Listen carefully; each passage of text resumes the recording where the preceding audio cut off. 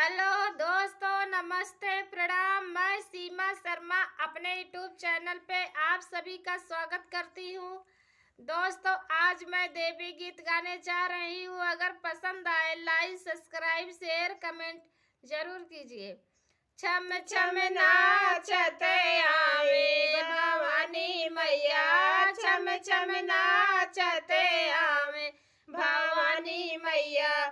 काऊ देख मैया मगन भई है, काऊ देख मैया मगन भई है, काऊ देख मुस्कानी भवानी मैया, काऊ देख मुस्कानी भवानी मैया। छम छम नाचते आवे भवानी मैया, छम छम नाचते आवे भवानी मैया।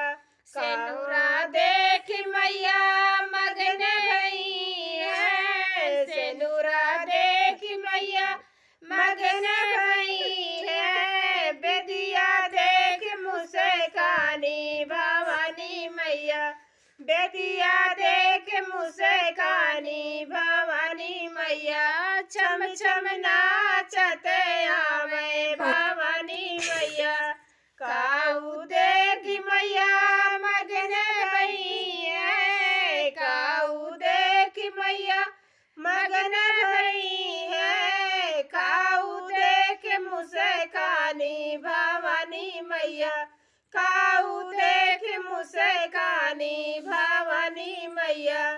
चुनरी देख मैया मगन भई है, चुनरी देख मैया मगन भई है, नारियल देख मुस्कानी भवानी मैया, नारियल देख मुस्कानी भवानी मैया। छम छम नाचते आवे भवानी मैया, छम छम नाचते आवे भवानी मैया।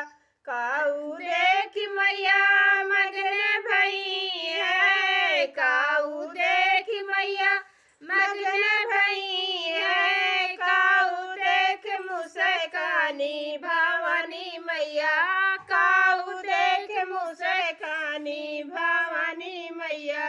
कलसा देख मैया मगन भई है, कलसा देख मैया मगन भई है, दियना देख मुस्कानी भवानी मैया, दियना देख मुस्कानी भवानी मैया। छम छम नाचते आवे भवानी मैया, छम छम नाचते आवे भवानी।